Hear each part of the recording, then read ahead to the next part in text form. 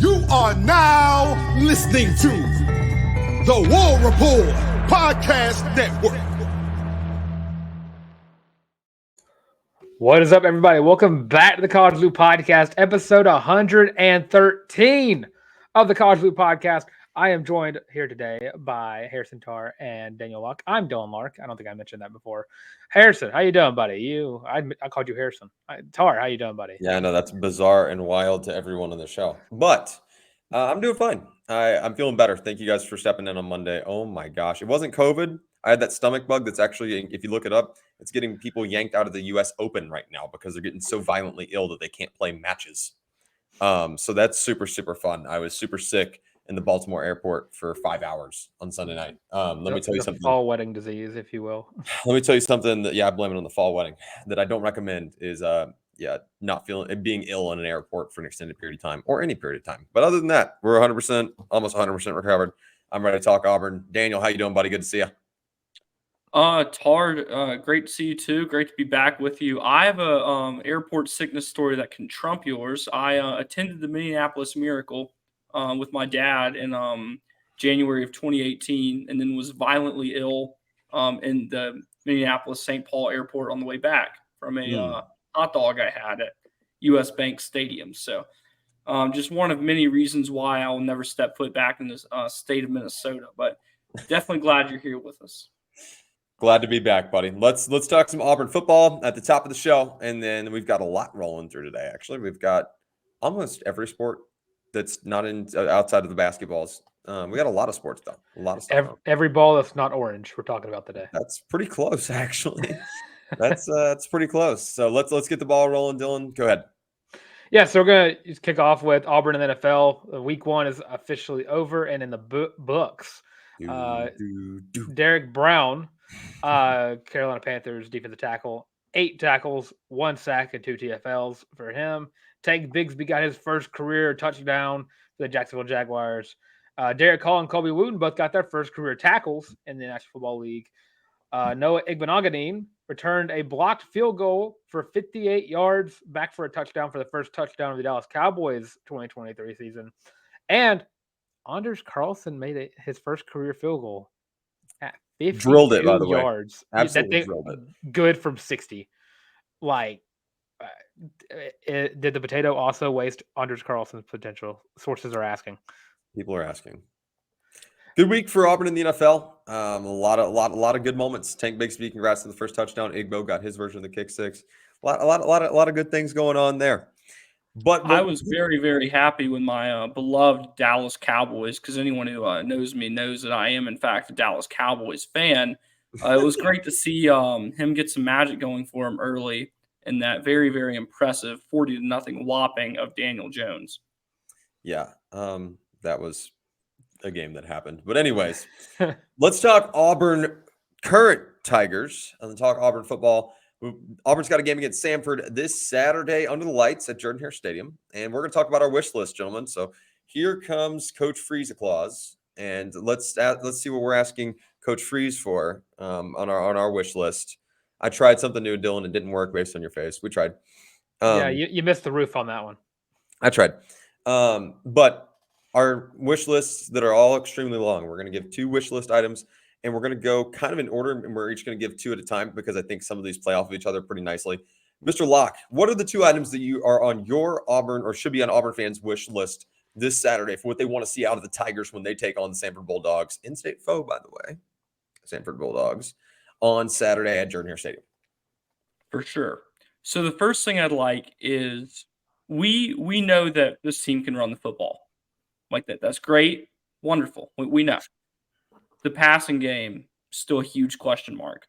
Against an FCS opponent, I would like to see at bare minimum, 30 pass attempts. And that can be between the 2 quarterbacks. But to expand on it a little further, I would like to see Peyton Thorne throw the football 25 times, at least. I like that. He's the guy. He will be Auburn's starting quarterback until Hugh Freeze says from behind the podium that he is not. Sorry, Dylan. Sorry to anyone else in Dylan's fan club. I can't imagine the numbers that high. No offense. It's pretty high. Oh, okay. The comments say otherwise. Sure. Sure. Yeah. It's Thorne, and that's how it is right now. So I want to see Thorne work. And then we know how special this secondary is. The front seven has still left a good bit to be desired at times this year. I would really like to see a defensive lineman or a linebacker force a fumble. Very specific, but also I get it. If that makes sense. I'm on board with, first off, the pass, to touch on your passing comment. I'm absolutely on board there. I'm going to talk about that here in just a moment. But I'm with you on the forced fumbles. I'm going to kind of make it a little bit more broad for my wish list. I'm going to build off your turnovers, 2+ turnovers, and this is less of a wish as it should be a command for the Auburn defense this week. It's not that I don't think they're incapable, and I think a lot of people would agree with me in terms of that secondary, like you mentioned, Daniel. We know that they can turn the ball over. I'm expecting 2+. I'd like 3 from this Auburn defense. I know that's a lot. Forcing other teams to turn the ball over at this level of the game is hard regardless. Auburn's capable. They should be doing so. Continue to give your offense opportunities to go back to work. My second part is going to kind of build off yours as well, Daniel, so we can't compliment each other quite well here. Commitment to mixing in the vertical pass. I know that we've seen that a little bit, but you go back and watch film, it's a lot of short passes still. And that was kind of the big grievance that Auburn had in the offseason, is that, regardless of who's playing quarterback, the downfield pass was really not part of the Brian Harsin scheme. And what a lot of people were excited for is it's certainly part of the Hugh Freeze scheme. So you don't want to see too much. I'm still in the camp, but you don't want to see too much. You want to keep a lot off film. I get that, but you need to see game reps, and you need to give your receivers opportunities to go. Your Shane Hooks, your Jay Ferris, list goes on and on, right? Give them opportunities to create space and really prove themselves. There's no rep in practice that can simulate what a real game is. I mean, you can come pretty close, but getting those actual game reps of making guys in opposite colored jerseys from you create separation against them. It's important. It's tremendously valuable. And in terms of building chemistry with, like Daniel said, I do think it's Thorne until we hear it's not Thorne. But building chemistry with Peyton Thorne in that regard is super, super important, super valuable.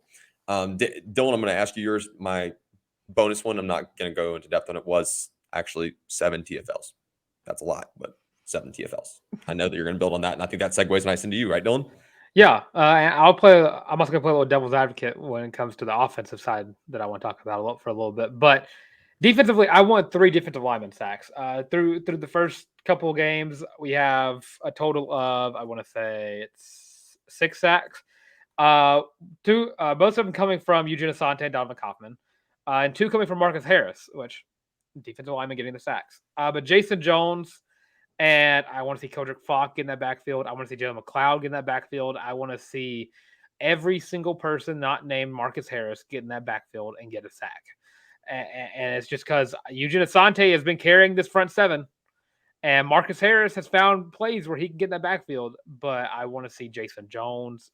I want to see Keldrick Falk get back there, strictly because I just know he's going to be good. I just need him to break that barrier to get that sack.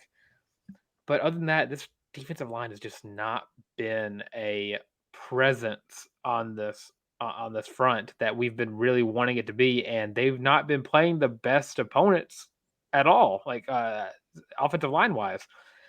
And you're only let's see, as we're recording this, as this comes out, let's see, we are officially 9 days away from Texas A&M in College Station. If this defensive line can't find some momentum, Texas A&M might have a little field day running the ball. Yeah, I think that you're absolutely right. That's important. And go ahead, Dylan. Oh, I was gonna touch on the defense then, because I was about to switch back to the offense for a second.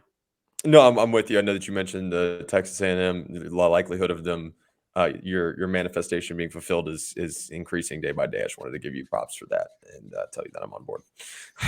Yeah, it's funny how all of my college football takes end up aging very, very That's well. not true, but carry on. That's what you said. That's exactly what I heard when you said that. So my other one is no, I gave you kudos for one that I'm semi-rooting for.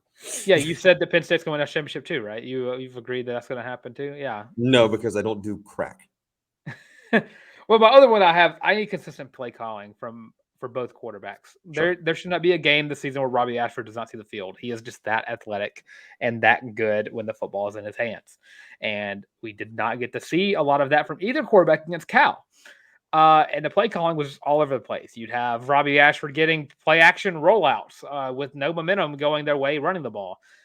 You'd get Peyton Thorne just getting a little rattled and just kind of throwing a stupid ball up in the air and getting picked, and the stupid ball that went to Jackson Sermon. And it just all over the place play calling. It just did not make sense. No consistency, no momentum was made. And I think I really wish that it was not Samford we were playing this week. I really wish it was I really wish it was a GO5 team, a team that can give a little more pushback than Samford possibly can. Because, like, Daniel, I'm gonna touch on your point. I don't think we're gonna see 30 combined pass attempts from. I don't think we're gonna see 25 pass attempts from Peyton Thorne. I think we're gonna run the ball down our throats, stay healthy, get healthy, and go in the College Station the next week and just prepare for that. I think this is. If it was not an FCS opponent, I would believe Auburn would probably try to open up a little bit more and just kind of see what they can do.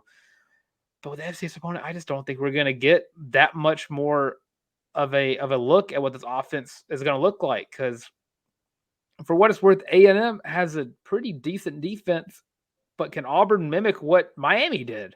I mean, Miami didn't look the best against Miami, Ohio, but they walked in to Hard Rock Stadium and a 50-50 crowd for both teams and threw the ball all over Texas A&M's defense that I thought was going to be really good. The offense actually did not look bad, and that's as much of a compliment you're going to get from me about Texas A&M. But I don't want to see Peyton Thorne in the pocket too much, just throwing the ball down the field if it means its offensive line might break down, because I just don't think you want to waste any like meaningful, what's the word here, health for just to throw the ball down the field against Samford. I kind of synthesized both of you guys here. Daniel, I don't disagree with you at all about wanting to see that many pass attempts. I also do agree with Dylan that I don't know that we will. That's kind of why my wish list was kind of putting the bow on that. Still wanting to see the mix in the downfield pass, because you can't play a game of football without mixing in the downfield pass. I'm sorry. You probably could, but you shouldn't. You know what I mean? It's at some point, what are you doing? It's almost like having the keys to a Ferrari and not driving it. Like every now and then you just got to take it out for a spin and make sure that, you know, the motor's running right and that you can take care of it. Ferrari's probably not the right analogy for the Auburn offense right now. But like, you know, a Winnebago. I was thinking maybe like a 90s Thunderbird. You know what I mean? Something that runs hard but won't really take off, you know. Yeah, I said no, like a 90s Thunderbird. It's like kind of cool, but not a collector's item. You know what I mean? Yeah. I think that's the right way to put it. And fun. But something else I wanted to touch on really quick. We've talked a lot about the run game, and that's going to be a consistent theme throughout the year. We all agree with this.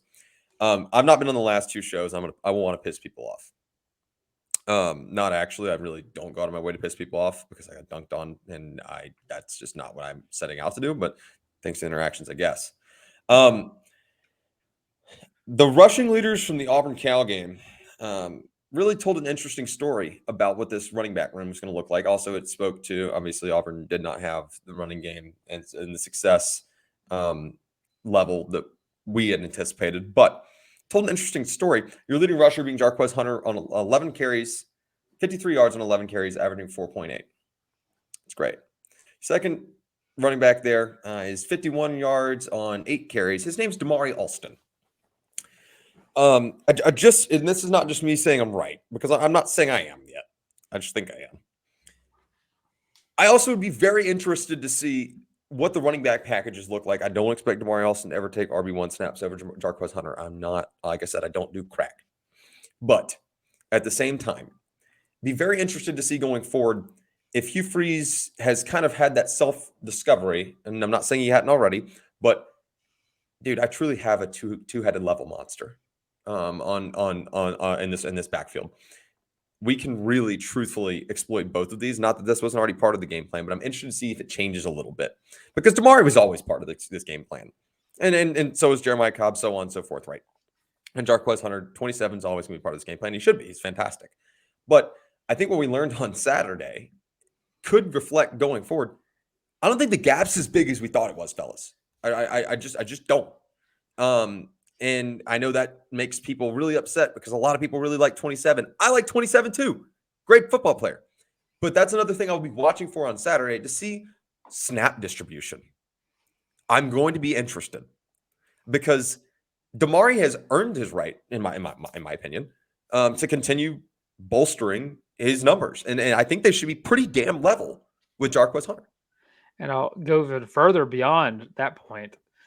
Did you see who got the third most touches in that running back room, combining both catches and reception and handoffs? I did. I'll let you go ahead and say it though. The true freshman Jeremiah My Cobb God. got more touches outside of kick returns than Brian Battie. I think That's he's not already shocking. played. He's already played himself out of that red shirt. I feel like Red shirt's gone. Forget about the red shirt. Didn't need it. Auburn now has officially the four-headed monster of Jarquez Hunter, Damari Alston, Jeremiah Cobb, and Brian Battie. And I don't know monster, if it's Sean Jackson. Sean Jackson. I almost forgot. For somebody, he didn't. Why didn't he get a touch? We saw what he did against UMass's. Auburn would have won the game by 30. We would get Sean Jackson on the field. But yeah, Jeremiah Cobb.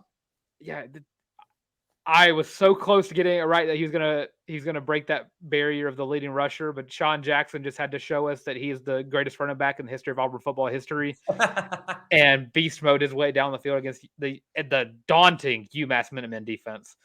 But I mean, this running back room is legit. But Yep. I'm gonna say something that's gonna piss people off.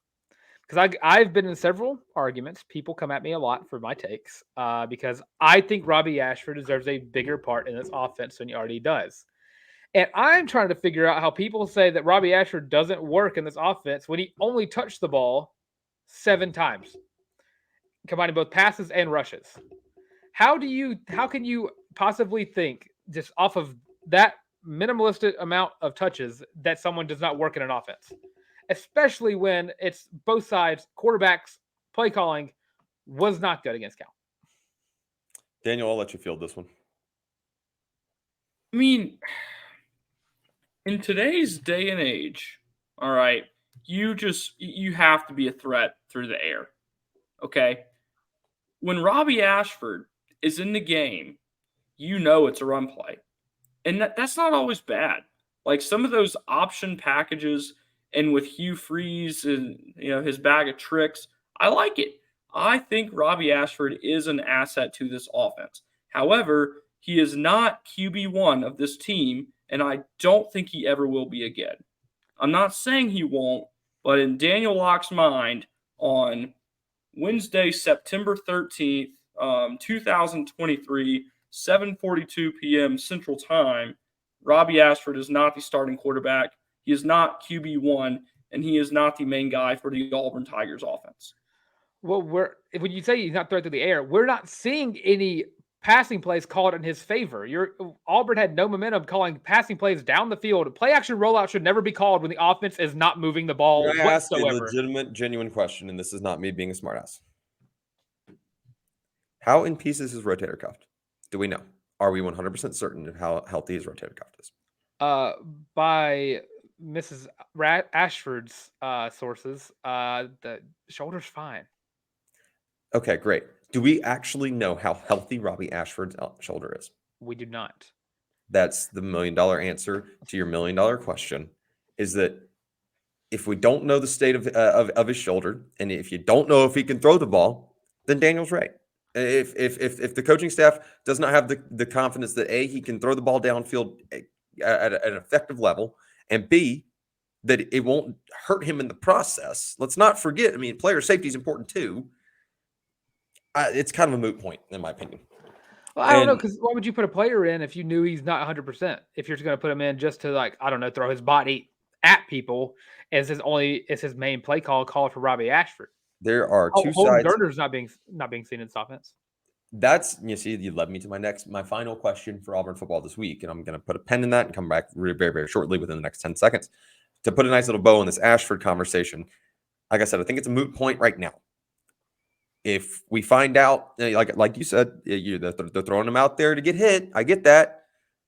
There's two sides to every story. The bottom line is I don't feel comfortable telling you guys that I know any better than Joe Schmo about the state of Robbie Ashford and what Hugh Freeze and them intend to do with him long term in terms of, we certainly know he's part of this team, like an imperative part of this team, but we don't know 100% what that looks like yet. Quite frankly, we don't have enough game film and we don't have enough game experience to know.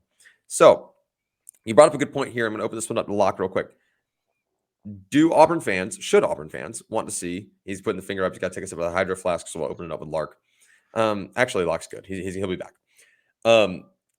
Should Auburn fans want to see Holden Geriner on Saturday? And I think the answer is yes, but should they and why? I'm not talking early first half. Yeah, I didn't think you were. Sure. Well, why not? I mean, I want to see Hank Brown.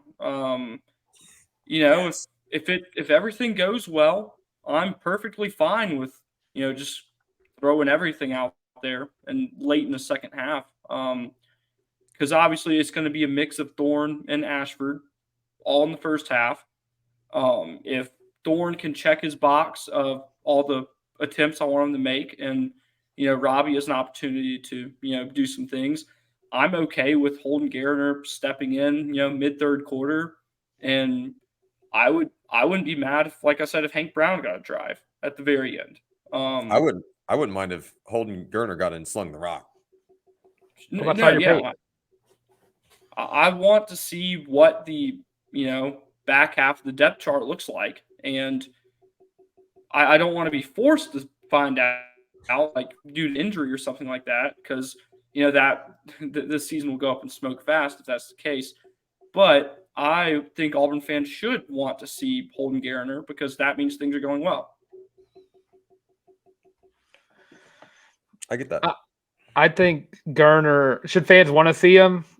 Yes, late in the game. Because I think that the first half of this game is going to be settling some disputes amongst the fans, that this offense can call plays that work in some sense of fashion. Because you're throwing, again, the play calling was weird, because I remember I was talking to my principal about it at work, and I was like, yeah, and he looked at me and said the RPO just doesn't work. I was like, well, Cal, there was no RPO, there was R&P, no option. And because Jesus, dude, it looked so bad against Cal.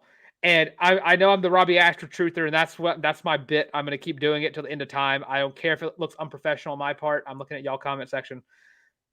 I still love Robbie Ashford, and I want him to be implemented. I want to see him pass the ball and plays that work for his strengths. Quick passes, slants, out routes, in routes, corners, stuff like that. That's what we should be seeing Robbie Ashford throw in any game that he's in. Peyton Thorne, intermediate passes, get the ball 15 yards down the field or more. That is his strength. We did not see that at Cal.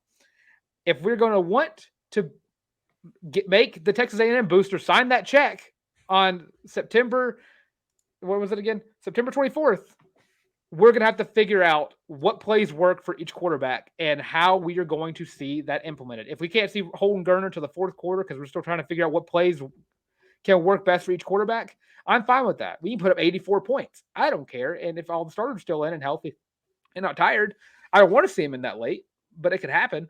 Just because I want to see this, just go back to the top point. I want to see the play calling consistent. And if that means Holden Geriner has to hold off another week before we can actually see him, I would love to see him go in like the third quarter against Texas A&M, because that means we're already like clobbering them. And Jimbo Fisher's been fired at halftime.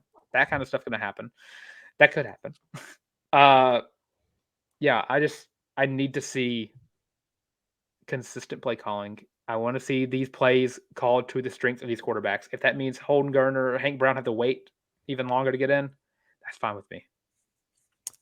I love it. You guys summed it up well. I'm gonna put a bow on it real quick and give my one closing thought on the Cal game as we move forward. And it's very brief. I know there's a lot of concerns about the offense and the dynamic there. I know there's a lot of concerns about this team right now, but Auburn is 2-0. And I am a huge proponent right here. Just putting this out there. Winning teams win. A win is a win is a win is a win. How many times have you heard me say it? Winners win. And at the end of the day, exhale, breathe, try some yoga. I've actually tried it. It works great. Just breathe in, breathe out. and enjoy this Saturday, watch film, and then start stressing about A&M on Monday.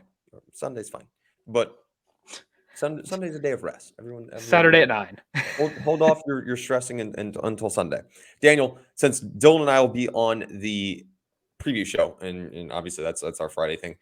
Go ahead and give us your score prediction for Auburn Samford on Saturday, and then we're going to talk baseball. Auburn baseball right here on the Loop, baby. I'm thinking Auburn gets it done 45-10. 45-10. I like it. I like it a lot. Before we talk Auburn baseball, I knew Dylan's thought. What do you want, Dylan? The Rivaldo Fairweather should get the ball at least once per drive because he is SEC. He was the SEC's highest rated tight end for week 2. There you go. Way to sneak that one in. Way to go. Yeah. Before we talk Auburn baseball right here on the College Loop, I'm feeling a little loopy. Dylan's feeling loopy. Daniel, you look like you're feeling a little loopy. Let's tell everybody where they can find a shirt if they're also feeling loopy over on thewarreport.com. Dylan, if you'll throw it up on the screen for me real quick, that's great. Head over to www.thewarreport.com and pick up your very own Feeling Loopy College Loop War Report co-branded t-shirt. These things are the most comfortable things in the world. 10 out of 10 doctors recommend.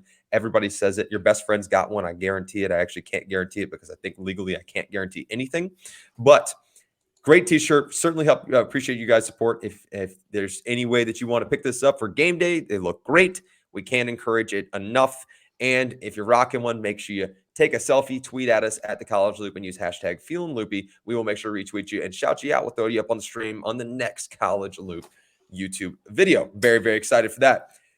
Gentlemen, it is September, and we are talking about Auburn baseball. And let me just tell you, Daniel, I'm a little emotional. It's just good for the heart. You know what I mean? It's just good for the soul. Oh yeah. The schedule's out, fellas. The SEC schedule's out. Which also, when I was looking at this earlier today, it reminded me: is baseball like the only sport that you get the conference schedule before you get the non-con? Yeah. I thought so. Okay, that was just a weird, random side tangent. Because I was like, oh, full schedule must be up. Like, I've looked the other day and I fully knew that the non-con schedule's not out. Still looked again today just for fun, and it's still not there. But anyways, SEC schedule is out. We've all selected one weekend series, whether that be home or on the road. No significance there. We're circling this upcoming season for the Auburn Tigers, Butch Thompson and company. We're going to talk about those very, very briefly. We'll start with you, Daniel. Which weekend series are you looking at that Auburn way too far in advance, but would bode well to get the job done, or it's very, very important in your mind? So last season, the Auburn Tigers went up to Tuscaloosa for a 3-game set, a Friday through Sunday series. Friday night, they take care of business. Saturday night, everything was going great until about the 7th inning. And on Sunday, Alabama ran away with it and the series. I was there covering the action for the Auburn Plainsmen. So it was just real disappointing to see, a very good first 16 innings of the series absolutely go up in smoke in the last 11. So I would really like to see Auburn get some redemption over your in-state rival, your biggest rival, period, Alabama. Excuse me. Because, Auburn really needs to make sure this baseball series never slips away. And I forgot to mention, Alabama ended Auburn's run in the SEC tournament in May. So if you're Auburn, you never want the Iron Bowl of baseball to get away from you. Because obviously, football, history-wise, Alabama absolutely has Auburn in a chokehold and probably always will. That's just a fact of life. Basketball, pretty even with a slight edge to Alabama, I would say. But baseball, history's on your side there. That is the one that you own, and you don't want to lose to the other team in anything ever. But particularly baseball, that needs to be the pride and joy. I like the Alabama take because Dylan, we haven't talked about this yet because we're not deep enough into it. You're giving the big eyes. What does that mean? It was they got a little too pro Bama for a second for my liking. Whatever. I like the Bama take. Well, it's honest, man. Fellas, Auburn needs to win the year-long Iron Bowl this year. This is Auburn really needs to. They got walloped last year. Auburn. It was not close in the year-long Iron Bowl, and every single series and set matters. So I'm with you there, Daniel. I've circled what can be a really, really fun series, in my opinion. It's April 5th through 7th. Tennessee's coming to town, coming to the Plains. And actually, I'm going to be able to go to that Saturday game. I already know that because great friend of the program, Delaney Barrow, is getting married in Auburn Saturday night. So while my girlfriend's doing maid of honor things, I will be at Plainsman Park watching Auburn take on Tennessee. Very, very excited about that. Tennessee has really, really kind of re-emerged themselves in the past half decade, specifically 2 years ago. I mean, they were disgusting. But in the past half decade, as being one of those premier baseball destinations, and a really affluent power within the SEC, and Auburn has been kind of in the same time span, right? Just like, hey, we're not going anywhere. Like, we may start off this season 0-0, and then we're still going to find ourselves in contention hosting a regional. It's truly remarkable the job that Butch Thompson has done. I think that series that late in the season, or not that particularly late, but at that point in the season, could wind up having some serious implications in terms of postseason seeding, in terms of hosting a regional, in terms of placing yourself high enough that you could be in the position to host a super regional. And not to mention, guys, I think that's like a 2-1 series win, whichever way it goes. That could really come down to, I mean, they could play more than 27 innings of ball that weekend. So I'm circling that one, and not to mention that first weekend in April, like, it's going to be a little chilly in the evening, man. Like, daytime, it's going to be like 60s. You're going to be wearing like a crew neck. I'm so excited. That's just like everything about that. Tell me that doesn't sound awesome. Being at Plainsman Park in crew neck and some shorts, watching Auburn Tigers baseball. Dude, I'm salivating. It's going to be awesome. It's going to be awesome. Wearing a basketball or a football jersey for some fan bases out there. Yeah, I'm about to say, not me. I have a couple. I will say Auburn is probably one of the few schools that I've actually like seen fans of that don't typically only wear football jerseys for all sporting events. The team of the other side of the state is really bad about it. The team of the other side of the state wear football jerseys for every sport. I don't think Auburn has much of a leg to stand on there, bud. They have a lot more than. I'm with Daniel. It's bad. It bugs me too, but we are no better than anyone else. Sorry, yeah, I'm with Daniel. I know when I was at the Plainsman Park for the tournament game against. Tournament's different. Oh, everybody was wearing a baseball jersey. I didn't see a single football jersey. Yeah, tournament's different, and we're not going there. Continue. Your series you have scheduled, Dylan. Well, I wanted to say Ole Miss just because I hate Ole Miss. That's me saying it. Actually, their fans annoy me. But I'm going to stick with Arkansas. You got swept. They're turning into a powerhouse of the sport. A powerhouse that can't get much further in the tournament at all than some other schools. But Arkansas is a team that's got a lot of steam and a lot of sports, not football. And Auburn has them at home at Plainsman Park, and they really need to get a series win here.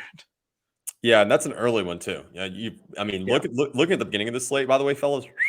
Hi, hello, Vanderbilt and Arkansas, A&M, Tennessee. I mean, the SEC schedule doesn't get easier, right? But like, wow, hello, here we are. And Dylan and I picking those earlier season matchups. I like you taking the end of the season. And the fun part about us mentioning those, at this point in the season, this could have serious super regional implications or regional implications is like every single SEC series has implications, which is super, super fun. Arkansas, you're absolutely right, Dylan. Auburn's got to get back. I mean, they've really got to get back this year, and you got to capitalize on those home series. Yeah, because certainly going on the road in the SEC, it does not get easy. And I'm looking at away from Plainsman Park, looking at that LSU series on April 26th through the 28th. And we're about to find out what that program's made of because they lost so much because they were so damn good last year. Folks, that was one of the better college baseball teams ever. They were Paul Skeens, just in, pretty damn good at baseball. Yeah. I want to say in the last, I'm trying to count here. There's a lot.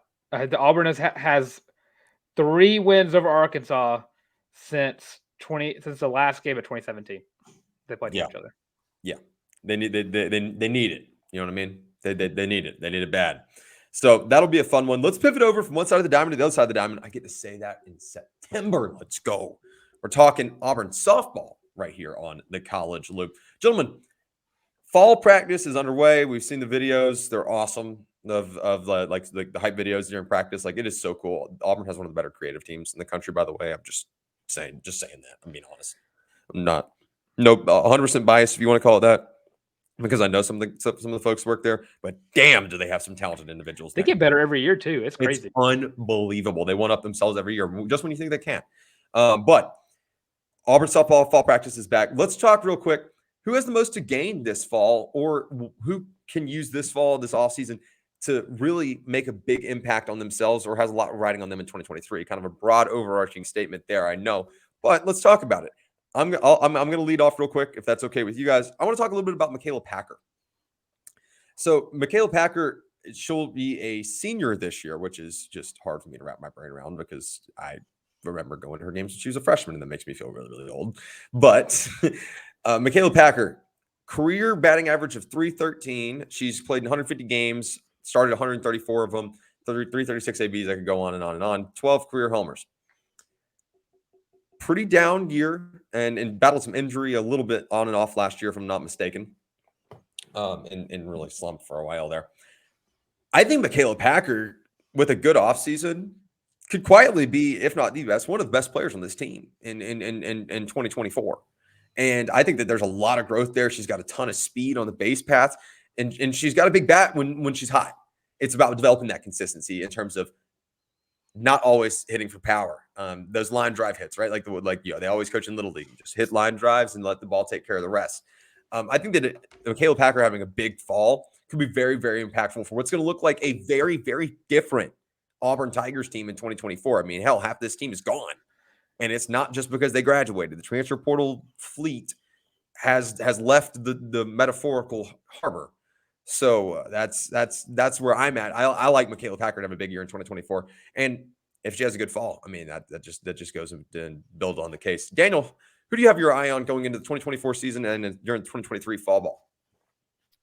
You know, I'm watching Maddie Pinta. I really feel like you can't go wrong there. Sure. Last year, being able to compete at the collegiate level. Last season, she had one of the best years an Auburn pitcher's ever had, or even an SEC pitcher. Collegiate. So I'm looking forward to building that. There's this element to kind of build on what you said there, Daniel, and I'm not trying to steal your thunder, but I think that you probably echo this. When you are at the pinnacle and you are playing, especially at the pitcher's position, because a lot of it rides on you, right? When you're at the pinnacle, how do you stay on your throne? And seeing players come back year to year, the ones that can match what they did the year before, or imagine if she's better. Imagine. I mean, can you wrap your brain around that, Dylan?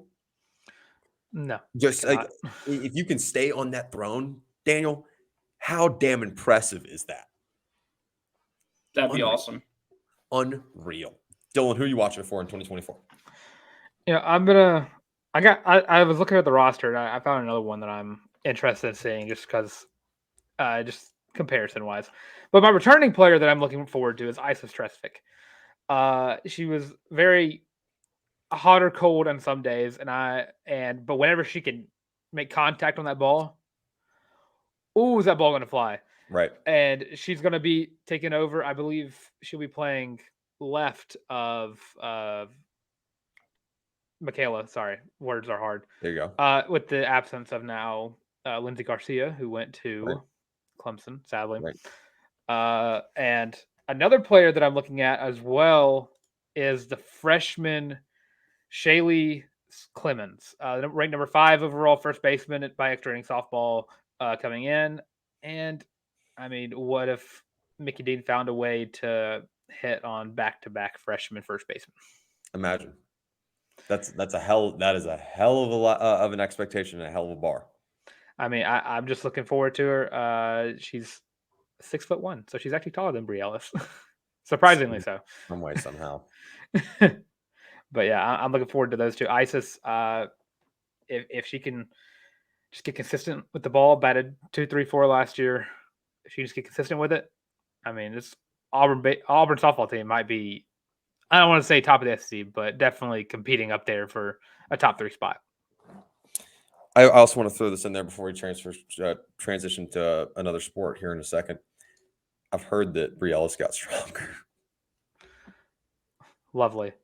Folks, Bri Ellis might put a softball on the moon this year. No, you know what she's gonna do? There's probably some kind of Go batting 4 for practice. 4 against Auburn and hit 4 homers in a game. She's gonna knock the eagle off the sign. Yeah, that'd be so funny. You come back and she's the one that hits the eagle playing for another team. That'd be a little bit really funny, actually. You know, she would stare down a certain member of the Yeah, Auburn, she would. She would. Auburn coaching staff. Yeah, no, 100%. You wouldn't have to look very far down the bench either. That's all right. Moving over from softball to soccer. Auburn soccer takes on Mississippi State Friday night. Just want to touch on that one a little bit. We'll have a nice little recap on that on Tuesday. A couple games coming up in the SEC slate is here for Auburn soccer. Once Colin rejoins the show, he will give you guys the breakdown and tasking him with that. That'll be all right. He'll handle the job for us and take care of it well. Auburn volleyball takes on South Alabama, UAB, and Samford in the Alabama Showdown. By the way, fantastic idea. I just love this. The Alabama Showdown across the next 3 days, before entering SC play next week. So basically, the winner of this pool of South Alabama, UAB, Samford, and Auburn, the only 4 relevant programs in the state, determines who has the best volleyball program in the state of Alabama, and that just seems right. That seems like the science checks out for me. That's awesome, by the way. I love that invitational. That's great. I genuinely wish Alabama was there. I don't. It's okay. That might be like deep feelings, but yeah, this is gonna be a fun series. It's in Mobile, so sadly it won't be in Neville Arena, but it's in Mobile. South Alabama's hosting it. I wonder if they'll rotate. Do they rotate it? We should look into Uh, that. That'd be really cool to host. yeah, because I don't know if so. You'd have Birmingham twice in different different arenas, I presume. Mobile and Auburn, but I mean this is gonna be. This is what ends like the non-con slate, This right? is the final the final stretch of the non-con Yeah. slate. And then all SEC from here. Auburn's now ranked number 24 in the country, and this could Daniel? knock them up a couple of points. Daniel, can Auburn get out of this last little stretch 3-0 to round out the non-con slate? Absolutely. That one loss to Middle Tennessee State was a fluke. Hate that it happened because it puts the 1 and whatever and 1, but all 3 of these teams, or Alabama should be able to. God, can't talk. Auburn should be fine. Right.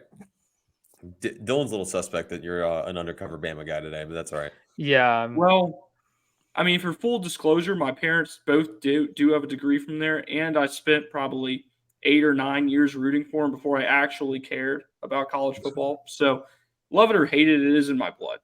That's all right. We can't all be perfect. I didn't grow up an Auburn fan either. You need to get transfusion.